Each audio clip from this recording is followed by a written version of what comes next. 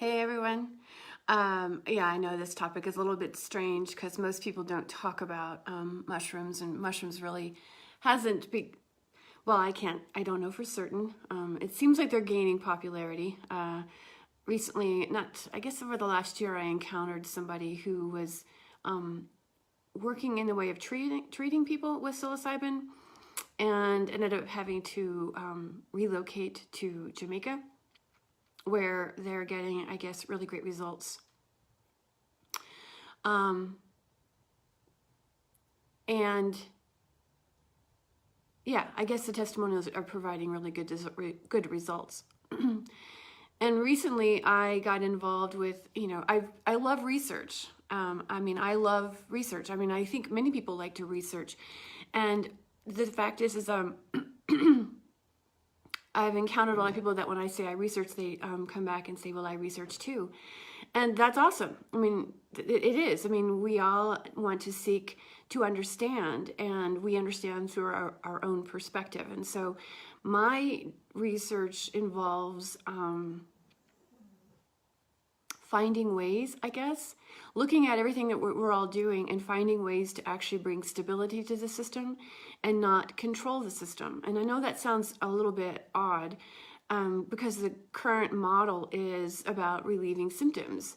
And that is about control. And I'm not saying there's anything wrong with that. Because oftentimes we need to relieve the symptoms, or it's beneficial to relieve the symptoms, because truthfully, that helps to bring some relief to the body, helps to relieve the stress, because physical, emotional, mental, and environmental stress is all impacting us.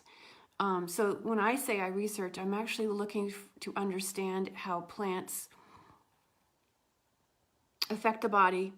Specifically, I'm not looking for specific constituents, but this is how science looks at plants, that breaks it down to individual constituents. And noticing that I'm holding my phone up, so it looks like it's a little bit more mobile than usual. Hey, it's a mobile unit.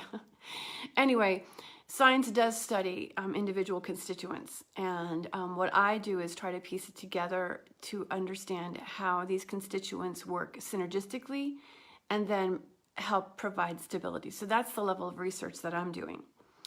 And again, I am just really glad that so many people are interested in understanding plants even more so. So when I offer my 2 cents, it's just my 2 cents. It's from a perspective, again, I don't mean to repeat myself, but it is from the perspective of stability. And so with that said, having just kind of being curious as to what sort of research is taking place in my area, I came across an institute that is actually originally out of, the headquarters are here in Santa Fe. And it stems from research that was begun back in the late 19th century and on psilocybin. And this organization is out of Switzerland, from what I understand. I think it's Switzerland.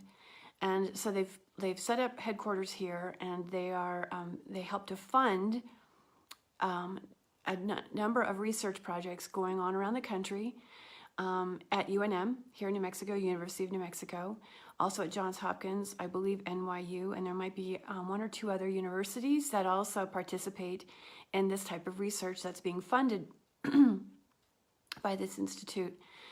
And I find it fascinating, number one, because again, we're very interested in plants, and their area of study has to do with mental health primarily.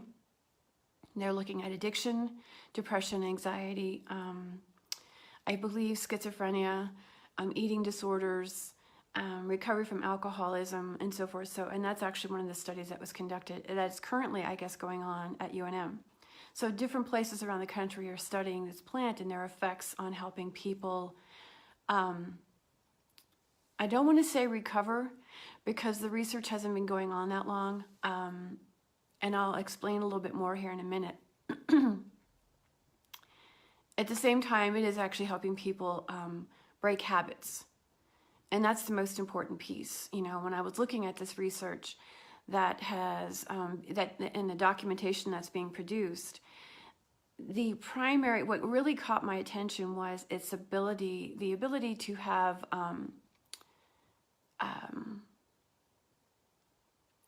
what am I trying to say? The ability to break, to access the brain in a way that allows the individual to break old thought patterns and behaviors and so forth. So negative behaviors and thought patterns, and it helps to keep the mind open. And, you know, we talk about the expansive mind when we do mushrooms, and it's hard for me to tell whether they're talking. I think they're actually looking at what happens when you microdose. Microdosing, for those of you who don't know, is taking obviously smaller amounts so that you don't necessarily get the trips, but you get the benefit from the main ingredient, or the most active ingredient, called psilocybin. And that's my point.